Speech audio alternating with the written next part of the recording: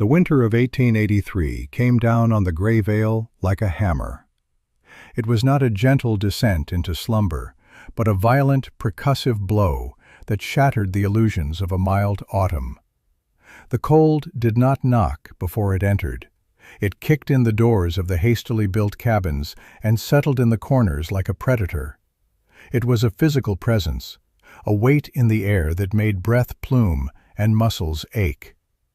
The wind that swept down from the northern peaks was not merely a current of air, but a blade that scoured the land, stripping the last stubborn leaves from the aspens and leaving the pines to keen a lonely, shivering song. For the settlers, this was the great proving ground, the test that would determine if their sweat and toil of the summer would be enough to see them through the long, white darkness. The central conflict was with the fire itself. Every cabin had a hearth, a black iron stove that was the beating heart of the small wooden structures. But these hearts were ravenous. They consumed wood with a desperate, insatiable hunger. A man could spend a full day chopping, splitting, and stacking cordwood, only to see a week's worth of his labor turn to ash in 2 nights. The heat bloomed in a small, suffocating circle around the stove, but 6 feet away, the cold held its territory. Frost didn't just paint the window panes, it crept down the interior walls, tracing the lines of the framing nails with ghostly precision. Drafts were not gentle sighs, but invisible knives that slipped through the chinks in the log walls and the gaps around the door frames, stealing warmth like a thief in the night.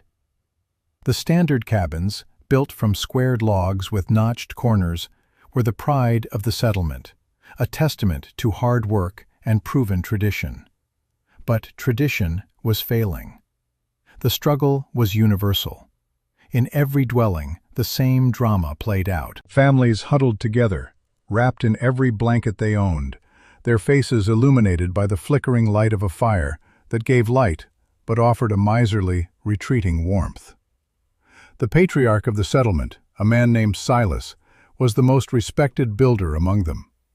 His cabin was the largest, its logs the most perfectly hewn. Yet even he fought the same losing battle. He would stand before his stove, feeding it split oak with a grim certainty, feeling the fierce heat on his face while his back remained chilled to the bone. He saw the strain in the eyes of his neighbors, heard the constant ringing echo of axes from dawn till dusk, and knew they were all caught in the same cycle, a desperate expenditure of energy simply to keep from freezing. They were living on a precipice, and the currency of their survival was firewood, a currency that was being spent far too quickly. Their homes, for all their proud angles and sturdy frames, were little more than wooden sieves, pouring heat out into the uncaring air as fast as they could generate it. Into this landscape of shared struggle lived a woman named Elara. She was a widow, having arrived the previous spring with her young son, Finn, and little more than a cart of modest possessions. She was quiet and kept to herself, which the community mistook for fragility. They saw a woman alone, with a child to protect, and assumed she would be the first to falter when the true cold arrived. Her husband had been an engineer, a man of books and diagrams, but a sudden fever had taken him on the trail west, leaving her with his knowledge, but not his standing. She had come from a land of high, wind-swept mountains across the sea, a place where people had learned to live with the cold, not by fighting it, but by understanding its nature. This heritage, this quiet library of inherited wisdom, was her only true possession. As the other settlers raced to erect their cabins before the first snow, felling trees and squaring logs with a frantic energy, Elara moved with a different rhythm. She chose a plot of land not on the open plain, but nestled into the gentle slope of a south-facing hill. For weeks, she did nothing but watch. She watched the path of the sun across the sky. She felt the direction of the prevailing winds. She studied the way the earth held the day's warmth long after the air grew cold. The community saw her inaction as foolishness, a sign of her helplessness. Silas, meaning to be kind, had offered to lead a party of men to raise a proper cabin for her. She had thanked him, her voice soft but firm, and declined. "I have my own way," she had said, a statement that was met with baffled silence. Then, one morning, she began to work. But she did not fell a single tree for walls. Instead, she took a sharpened stick and drew a large, perfect circle in the dirt at the base of the hill. It was perhaps 20 feet in diameter. Then she picked up a shovel and began to dig. The men of the settlement, passing by on their way to the forest, would stop and stare. They saw her carving a shallow bowl into the earth, banking the dirt against the northern side of the depression. Silas himself came to see what she was about. He stood at the edge of the circle, his hands on his hips, a look of profound confusion on his weathered face. "Woman," he said, his voice not unkind but heavy with authority. "What is this? A root cellar?" "A home," Ilara replied, not breaking the rhythm of her digging. The idea, when she finally explained it, was met with open disbelief and then derisive laughter. She spoke of a house with no frame, built of stone and earth. The walls would be thick, stacked stone, 2 layers deep with an insulating gap of packed moss and dry soil between them. The structure would be round, to present no flat face for the wind to batter against. It would be built low to the ground and bermed with earth on 3 sides, borrowing its warmth from the deep, constant temperature of the planet itself. The roof would be conical, a simple spiral of timbers covered in sod, so that it, too, became part of the hillside. To the men of the Grey Vale, who understood strength as the rigid geometry of posts and beams, this was madness. "A pile of rocks," one man scoffed. "The first heavy snow will bring it down on your heads." Silas was more direct. "Without a frame, it has no bones," he argued, his voice full of the certainty of a master craftsman. "It will not stand. You are building a tomb for yourself and that boy, not a house." The laughter that followed was not cruel in its intent, but it was dismissive. It was the easy laughter of men who believe their way is the only way. Ilara heard them, but she did not reply. She simply turned back to her work, her shovel biting into the earth with a steady, patient resolve. Her answer would not be words, it would be stone. The work was a solitary meditation, a conversation between her, the land, and the memory of her grandfather's instructions. She began with the digging, a task that seemed endless. The topsoil was soft, but beneath it lay a dense layer of clay and rock that fought her every inch.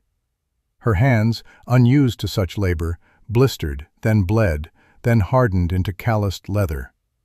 She dug until the circular depression was 3 feet deep, a shallow bowl carved into the hillside.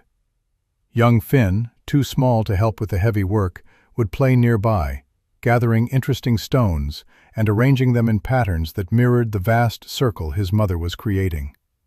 He was the reason for every shovelful of earth she moved. When her back screamed in protest and her arms felt like lead, she would look at his small form, his hair the color of autumn wheat, and she would find a new well of strength. She was not just building a shelter. She was crafting a fortress of warmth and safety for him. While the community finished their cabins, their days filled with the loud ringing of hammers against nails and the screech of saws through pine, Ilara's work was quiet. It was the rhythmic scrape of her shovel, the soft thud of earth being moved, and later, the solid, satisfying clink of stone on stone. After digging the foundation, she began to gather the stones. This was not a simple task of piling rocks. Each one had to be chosen. She walked the creek beds and the stony ridges for miles, her eyes scanning for flat-faced, solid granite and sandstone. She learned the geology of the vale by hand. She looked for stones that would fit together, that would lend their weight and stability to the whole.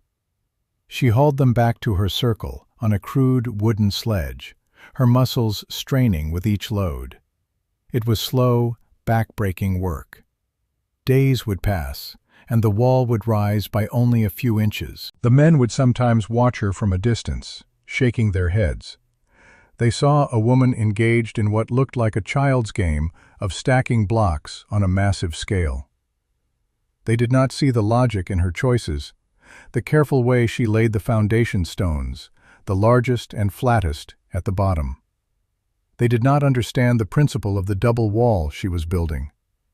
As she laid each course, she was actually building two parallel walls, about a foot apart. The outer wall was thick, made of the largest stones, designed to bear the brunt of the weather. The inner wall was smoother, more carefully fitted. The gap between them she meticulously filled with a mixture of dried moss, packed soil, and straw. This was the core of her idea, a barrier not of solid thickness, but of trapped, still air. The cold fears nothing so much as a pocket of still air, her grandfather used to say. It cannot push through it. As the stone walls rose, slowly spiraling upward, the settlement buzzed with a mixture of pity and scorn. The widow's folly, they called it. Silas had finished his own spacious cabin and was now helping others weatherproof their homes, chinking the logs with mud and moss. He saw Ilara's slow, arduous progress and felt a pang of guilt. He had tried to warn her. He saw her mixing a mortar not from lime, which was scarce, but from the rich clay she had dug from her own foundation, mixed with sand from the creek and chopped straw for a binder. He scoffed at the primitive concoction, certain it would crumble to dust before the first hard frost. He did not understand that the clay mortar was not meant to be a rigid binder like cement, but a flexible seal, one that would allow the stones to settle and shift without cracking. It was a forgiving material for a house that was meant to live with the earth, not fight against it. The contrast between her method and theirs became more stark with each passing week. Their work was about speed and right angles. They raised a frame in a day, sheathed it in a week. Their cabins rose from the ground, declarations of conquest over the landscape. Ilara's structure, however, seemed to be growing out of the ground. It hugged the earth, its low, round shape echoing the surrounding hills. It was a structure of patience. Each stone was placed with thought. She would often set a stone in place, step back, study its fit, and then lift the heavy rock out to turn it slightly for a better seat. This infuriated the practical-minded settlers who valued speed above all else. They saw wasted effort. She saw the integrity of the whole. Finally, the walls reached a height of 7 feet, and it was time for the roof. She laid thick, peeled logs, like the spokes of a wheel, resting on the inner stone wall and meeting at a central point, leaving an opening for a smoke hole. She did not have the strength to lift a massive central post, so she engineered a reciprocal frame, where each rafter rested on the one before it, creating a self-supporting spiral that was incredibly strong. Over this, she laid a tight web of smaller branches, and then thick layers of sod, grass side down first, then grass side up. The roof, like the walls, was alive. In the spring, it would green over, becoming part of the hillside itself. When the first autumn rains came, the other cabins leaked around their newly shingled roofs. Ilara's sod roof drank the water, swelled, and sealed itself tighter. The folly was beginning to look less foolish, though no one would yet admit it. She had built her home not with brute force, but with listening. She had listened to the wind, to the sun, to the earth, and to the echoes of ancestral knowledge. And her house of stone and soil stood waiting, a quiet rebuke to the loud, proud, and very cold wooden boxes that dotted the rest of the Greyvale. The great storm did not announce itself with thunder or drama. It began with a silence. One afternoon, the ceaseless wind that scoured the vale simply stopped. The air grew unnaturally still and heavy, and a strange, pale light filtered through a sky the color of lead. The temperature, which had been hovering near freezing, began to plummet. It was a dry, sucking cold, a cold that felt like the life was being drawn out of the very air.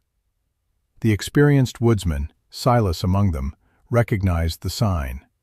They called it the still freeze, a prelude to an Arctic onslaught. A frantic energy seized the settlement. Men rushed to bring in the last of their firewood, to shelter their livestock, to stuff any remaining cracks in their walls with rags and mud. There was a palpable fear in the air, a sense of a great and terrible power massing just over the horizon. Then the wind returned. It came not as a gust, but as a solid wall of force that hit the vale like a physical blow. The temperature dropped 10 degrees in an hour, then 20. The snow began, not as gentle flakes, but as a fine, hard powder, like sand, driven almost horizontally by the wind. It was a blizzard of unimaginable ferocity. It did not just cover the landscape, it tried to erase it, to scour it clean with its icy breath. The world outside the cabins shrank to a screaming vortex of white and gray. Inside the traditional log structures, the battle for warmth became a desperate siege. The wind found every tiny flaw in their construction. It screamed through the gaps in the chinking. It forced its way under the doors. It rattled the window frames with a maniacal fury. The voracious iron stoves, which had been consuming wood at an alarming rate, now seemed to be inhaling it. The intense cold outside created a powerful draft, sucking the heat up the stovepipes and out into the storm before it had a chance to warm the rooms. The cabins groaned under the pressure of the cold. The sap left in the green logs froze, expanding and causing the wood to pop and crack with sounds like pistol shots in the night. In Silas's cabin, the largest and best built of them all, the frost that had been tracing the nail heads on the walls now spread, a crystalline fungus that consumed the interior surfaces. A bucket of water placed 10 feet from the stove developed a skin of ice. His wife and children were huddled around the hearth, wrapped in buffalo robes, their faces pale in the firelight. Silas was no longer just feeding the fire. He was fighting it, stuffing logs into its glowing maw every 15 minutes, knowing that his monumental woodpile was dwindling with terrifying speed. He could hear the house settling and groaning around him, the sound of a rigid structure under a strain it was never designed to bear. The community was failing. In a smaller cabin on the edge of the settlement, a family ran out of wood entirely. The father, in a desperate gamble, tried to make it to his neighbor's woodpile, a distance of only 50 yards. He was driven back by the sheer force of the wind and blinding snow, collapsing through his own doorway, half frozen, his mission a failure. They began to burn their furniture. In another cabin, a roof beam, shrinking and twisting in the extreme cold, pulled away from its mooring with a great crack, and the fear of collapse was now as immediate as the fear of the cold itself. The proud, angular cabins were brittle shells, and the hammer of the winter was finding them all to be hollow. Desperation began to curdle into despair. They were trapped, each family in its own freezing box, listening to the storm try to tear its way in. Then, the narrative shifts, the focus pulling away from the shrieking chaos and settling on the low, round mound nestled into the hillside. From the outside, Elara's home was almost invisible. The wind, finding no flat surface to push against, simply flowed over and around its curved walls, its energy dissipated. The snow, instead of being scoured away, piled up against the earth-bermed walls, adding another layer of deep, natural insulation. The sod roof was now a thick blanket of white, indistinguishable from the surrounding landscape. The house had become part of the hill, part of the winter, and was at peace with it. Inside, there was a profound and startling quiet. The screaming of the wind was muted to a low, distant hum, like the memory of a storm rather than a present reality. There was no fire roaring in the hearth. A small, gentle blaze flickered over a bed of glowing coals in the central stone fireplace. The fire was calm, its heat not being violently sucked up a chimney, but rising gently, warming the stones of the hearth before finding its way out of the smoke hole in the roof. Ilara had to add only a single, small log every hour or so. The air inside was not hot or stuffy. It was filled with a steady, even, and pervasive warmth. It was the kind of warmth that soaked into your bones. Finn was not huddled by the fire. He was asleep in his small bed on the far side of the room, breathing the deep, even breaths of a child who feels utterly safe. The principles of Ilara's design were now demonstrating their quiet genius. The thick, insulated stone walls had spent the autumn absorbing the warmth of the sun and the earth. They had become a massive thermal battery. Now, as the temperature outside plunged to unimaginable depths, the walls were slowly, steadily releasing that stored warmth back into the living space. The cold did not penetrate. It met a fortress of thermal mass. The earth burned against the walls was a shield, using the planet's own stable temperature to deflect the Arctic assault. The round shape was not just for wind. It also created a more efficient interior space, with no cold corners for drafts to gather. Her home was not fighting the winter. It was embracing it, using the snow as a blanket and the earth as a shield. It was a vessel of calm in the heart of the storm. The contrast was absolute. In the valley below, the interior of Silas's cabin struggled to stay above 30 degrees Fahrenheit, a miserable, damp cold that clung to everything. He had burned through nearly a quarter of his entire winter's supply of wood in a single night. His family was exhausted, cold, and terrified. Their world shrunk to the small, inadequate circle of heat from a stove that was a tyrant. In Ilara's home, the temperature was a steady 60 degrees. She had used less wood in that night than Silas had used in a single hour. Her son was warm and sleeping peacefully. She sat calmly mending a tear in his trousers by the gentle light of the fire, her mind at ease. She was not surviving the storm. She was living through it, comfortably and safely. The foolishness of one was now revealed as the wisdom of the other. The crisis had stripped away all prejudice, leaving only the brutal, honest truth of what worked and what did not. As the second day of the blizzard dawned with no abatement, a new sound joined the howling of the wind in Silas's cabin, the sharp, splintering crack of a main support beam in his roof. The cold had made the wood so brittle that the weight of the snow and the force of the wind had finally fractured it. Panic set in. His home, the symbol of his skill and his standing in the community, was actively failing. He looked at his wife's frightened face, at his children shivering under a pile of blankets, and a desperate thought, born of a flicker of memory, took hold. The widow's folly, the pile of rocks. He had scoffed, he had laughed, but a seed of doubt had been planted by her quiet confidence. Was it possible she had known something he did not? The thought was an affront to his pride, but pride was a useless luxury in the face of a lethal freeze. He had to know. He had to see. "Stay here," he told his wife, his voice grim. "Keep the fire going. I'm going to check on the widow." The journey was a brief, brutal odyssey. The 50 yards to Ilara's dwelling felt like miles.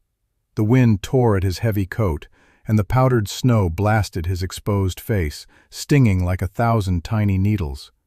He couldn't see more than a few feet in front of him, navigating by memory of the landscape. He stumbled, fell, and pushed himself back up, driven by a desperate curiosity that was stronger than the storm. He finally reached the hillside where her home should be and saw almost nothing. Just a large, snow-covered mound, with a thin tendril of smoke rising calmly from its peak, miraculously undisturbed by the gale. For a moment, he feared the worst, that the structure had collapsed and buried them. He scrambled to the low, stout door, brushed away the snow, and pounded his fist against the thick wood. The door swung inward, and the world changed. He was not hit by a blast of hot, dry air, as he would have been from one of their own stoves. Instead, he stepped into a wall of calm, steady, and profound warmth.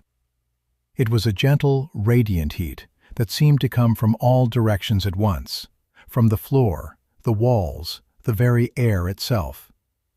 The screaming of the wind vanished, replaced by a gentle peace. His eyes, accustomed to the dim, flickering firelight of his own cabin, took a moment to adjust.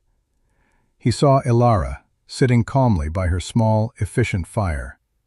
He saw the boy, Finn, still sleeping soundly in his bed across the room. There was no frost on the walls. There were no drafts. There was only an impossible, life-giving warmth. The shock of it struck him dumb. He stood there, snow melting from his coat and pooling at his feet, his mind struggling to reconcile what his senses were telling him with everything he thought he knew about building. He looked at the smooth, curved stone walls, the massive central hearth, the ingeniously simple roof structure above. He saw not a primitive pile of rocks, but a design of sophisticated, elegant simplicity.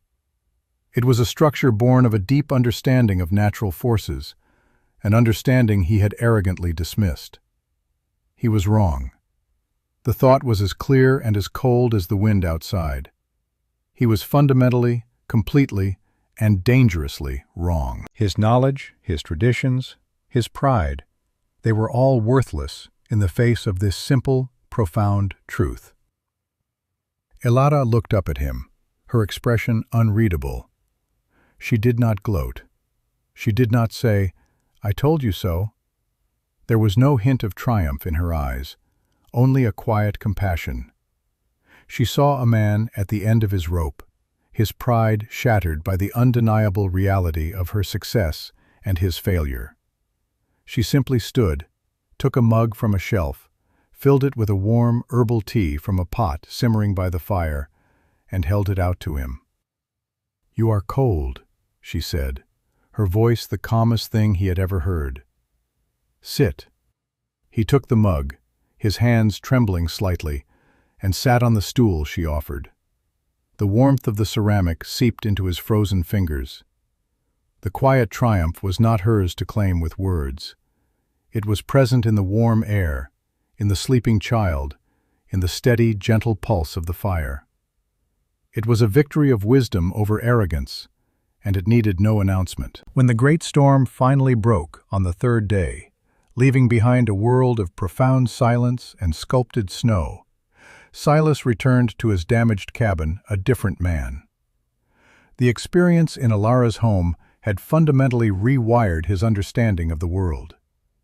He gathered his family and, without a word of explanation, led them through the deep snow to the widow's stone house. Ilara took them in without question, sharing her food and the life-giving warmth of her shelter. News of this traveled slowly through the devastated settlement. The family, who had been burning their furniture, saw the smoke still rising from Silas's chimney, and, assuming they were safe, made their way there, only to find the cabin empty and cold, a fractured beam hanging ominously from the ceiling. Confused and desperate, they followed the tracks in the snow, which led them, inevitably, to the low mound on the hillside. They, too, were taken in. By the end of the day, Ilara's small home held 3 families. It was crowded, but it was warm, and it was safe. As more settlers emerged from their own cold-battered cabins, they saw the gathering at the widow's folly and came to investigate. One by one, they stepped across her threshold, moving from the biting, hostile cold into the impossible, enveloping warmth. Each person had the same reaction. First, a moment of stunned silence. Then, their eyes would travel around the space, taking in the thick stone walls and the gentle curve of the ceiling. The scorn and mockery that had defined their view of this place melted away, replaced by a sense of awe and a dawning, humbling realization. The laughter of the autumn was now a source of deep, collective shame. They had mocked wisdom, and their ignorance had almost cost them everything. A few days later, after the families had returned to their own homes to assess the damage, Silas came back to Ilara's house. He did not come to thank her, though the gratitude was plain on his face. He came for a different reason. He stood before her, his hat in his hands, no longer the proud patriarch of the settlement, but a humble student. He looked at the woman he had dismissed as a foolish, helpless widow, and saw a wisdom deeper than any he had ever known. He gestured to the walls, the hearth, the entire structure. "Teach me," he said. The two words were quiet, but they carried the weight of his surrendered pride and the hope of his entire community. Ilara did not hesitate. She took him outside, back to the cold air, and with a stick, she drew the same circle in the snow that she had first drawn in the dirt. But this time, Silas and a growing crowd of other men watched not with skepticism, but with the rapt attention of disciples. She didn't use complicated terms. She spoke of the earth as a blanket. She explained how a round wall borrows strength from itself and sheds the wind like a bird's feathers shed water. She had them feel the stones of her wall, still radiating a faint warmth, even on the outside.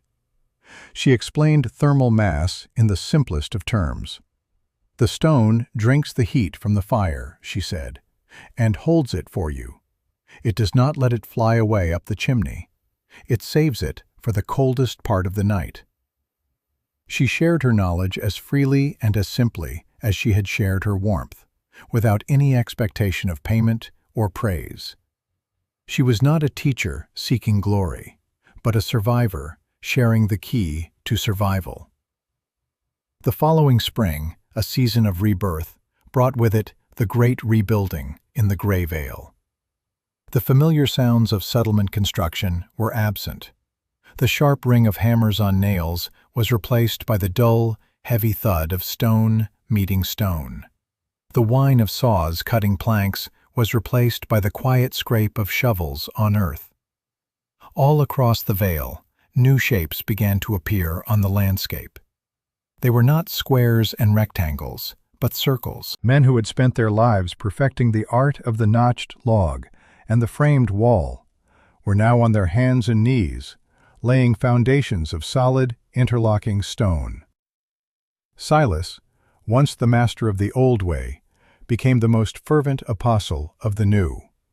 He worked alongside Ilara, learning the subtleties of her craft, how to choose the right stone, how to mix the clay mortar to the perfect consistency, how to build the elegant, self-supporting roof. He became the foreman of this quiet revolution, moving from one building site to the next, sharing the knowledge Ilara had given him, his earlier pride replaced by a craftsman's humble dedication to a superior method. The settlement was physically and spiritually transformed. The cabins that rose were no longer symbols of a battle against nature, but expressions of harmony with it. They hugged the earth, their sod roofs destined to bloom with wildflowers, their thick walls a promise of warmth and security against the inevitable return of winter. The story of the Grey Vale and its strange, round houses began to spread. A government surveyor, passing through the next year, was astonished by what he found. He had expected a struggling, hard-scrabble settlement, but instead, he found a thriving community of unique, efficient homes. He noted in his official report the inhabitants' remarkable health and high spirits, and their near-miraculous abundance of firewood. He drew detailed sketches of the stone hearth houses, as the settlers had come to call them, and his report was circulated back east. The tale was picked up by newspapers and magazines, often embellished, but the core truth remained. A community on the brink of failure had been saved by an idea that defied all convention. The quiet widow's folly became a celebrated example of frontier ingenuity, and the principles of her design began to influence building practices in other cold, harsh climates. The idea, born of ancient wisdom and one woman's quiet determination, had spread far beyond the small vale where it had taken root. Years later, Elara would stand on the hill above her home and look out over the valley. She would see not one, but 24 round stone houses, each with a gentle plume of smoke rising from its sod roof. She would see children playing in the fields, their laughter echoing in the crisp air, and she would feel a deep, abiding peace. She had never sought credit or renown. Her reward was in the quiet evidence of her legacy, a community that was no longer afraid of the winter. The hammer of the cold would still fall, but they had learned it was not something to be broken against.